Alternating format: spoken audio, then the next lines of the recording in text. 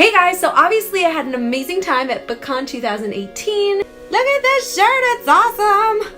So in this video, I'm going to take you along for the ride. You're going to meet all of the authors I met and see all the books and swag I got. And you're going to want to tune in till the very end because that's where I'm going to show you some snippets of some of the panels I went to and some of the amazing insights that these authors shared. I also feel like I came away with a lot of ways I want to do BookCon better next year. So if you're looking to do BookCon in the future, you're definitely going to want to subscribe because I hope to come out with a video with my top tips for how to do BookCon. And now, without any further ado, let's get into the video. Hey guys, it is June 2nd, 2018, and I'm going to BookCon because my amazing husband is taking me. I'm trying to get there before 8 o'clock because we hear that the lines can be long. We have to pick up our tickets, but it's gonna be awesome. I'm gonna meet up with some of my friends, Mara and Micah, and meeting Mandy Lynn in person, and Kristen Martin hopefully, and seeing a bunch of authors and their panels. I couldn't get any tickets for any signings, but we'll see if we can get into some anyway. And yeah, I'm just really excited to get this started.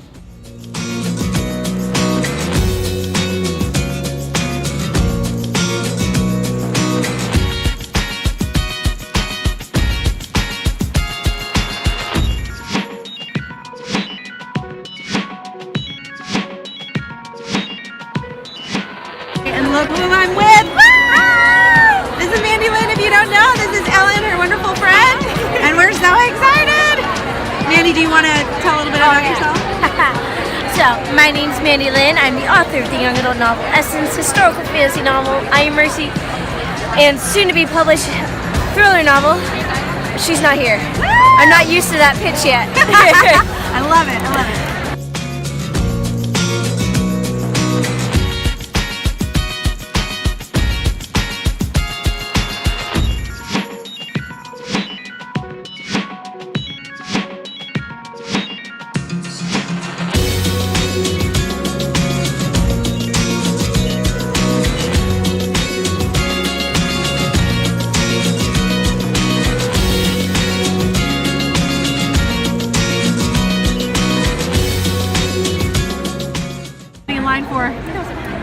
I love YA. I read YA. That's what read YA. We're gonna get signed advanced reader copies.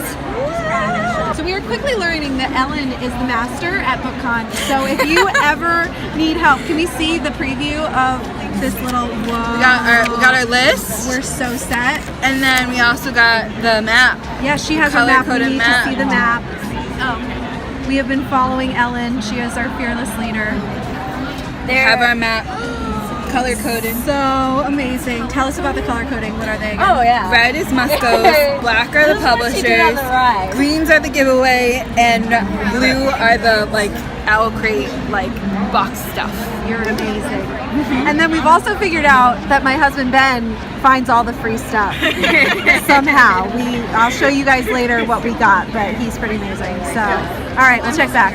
And Micah's just awesome. So with her pink hair.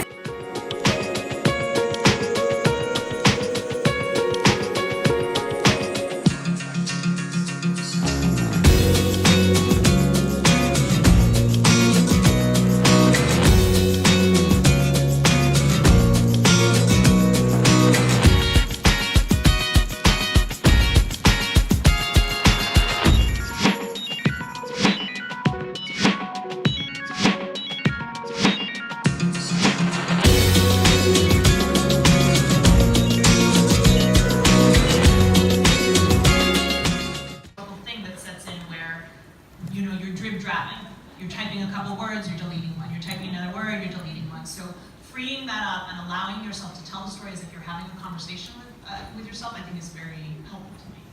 I defeat writer's block strictly through ritual. Like you take the blood of an ox.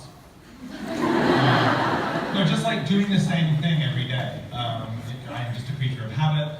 I go to my writing club where I write. I sit in the same couch by the fire. I have the same breakfast. I have the same amount of caffeine in me. It's the same time of day, and my body knows that it's writing time. And then I don't allow myself to do anything else during that time.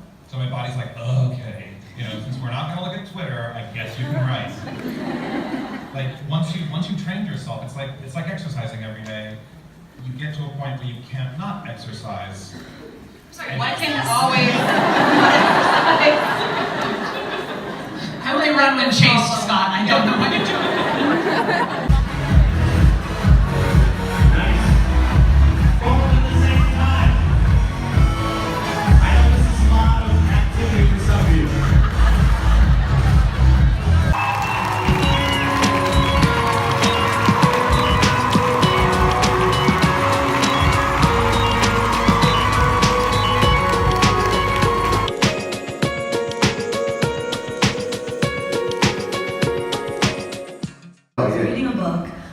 The book had its own story, but there was just the detail that the world used to have magic and it didn't have magic anymore. And that was kind of just glossed over in a sentence.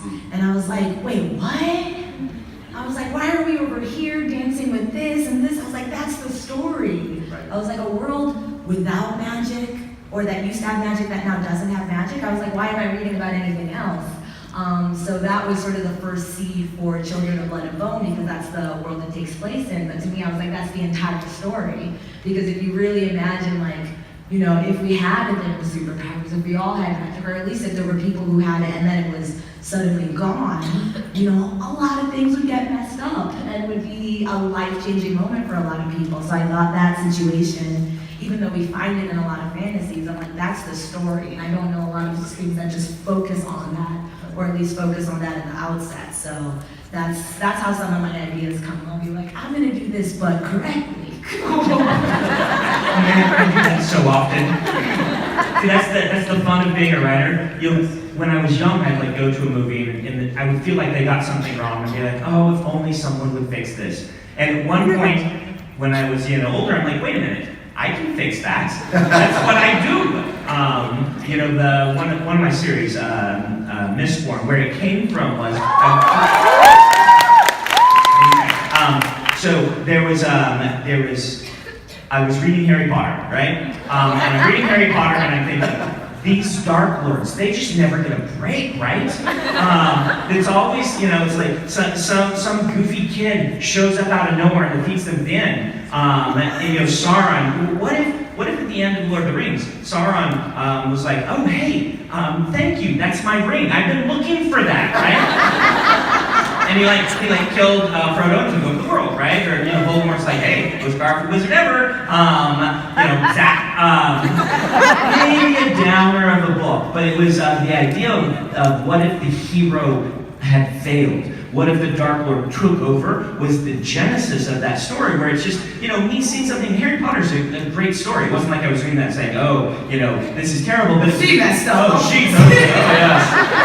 No, they're fantastic books. But the idea that I saw something that I'm like, wow, no one's doing this thing, that I can then do it. That's the seed of a whole bunch of my stories. What you said about Harry Potter is kind of funny, because I was thinking about the books I write with Holly Black, which are called Magisterium, and they came from the fact that at some point Holly, who had a really bad cold, came over to my house.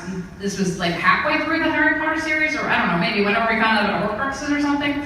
And she was like, I know how these books end. And I was like, okay, great news. What happens? And she was like, Harry is Voldemort. And I was like, I don't think so. And she was like, no, he's really evil.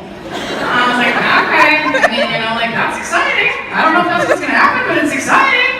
Could be. Anyway, didn't happen. Harry was not Voldemort. But we had this whole conversation about what that would mean, and so with Magisterium, we decided to try a story in which a boy finds out he is the chosen one, chosen to be evil, chosen to be the Dark Lord. And what does that mean when you find out your destiny is basically to be the most, you know, evil person in the world and kill everyone that you love, especially your best friend, who happens to be chosen to be basically Harry Potter. So, you know, that was sort of the seed idea there. So I think we do get a lot of ideas about what might be's, you know, when we're hearing a story or reading a story, we're like, what if this?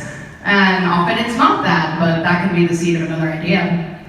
I come from a background of fan fiction. And so that was really, for me, the seed of why I wanted to start writing, is because for me, it was Sailor Moon. And I loved this show and this manga, but in the show in particular, I hated the way that Sailor Moon and Tuxedo Mask got together. I was like,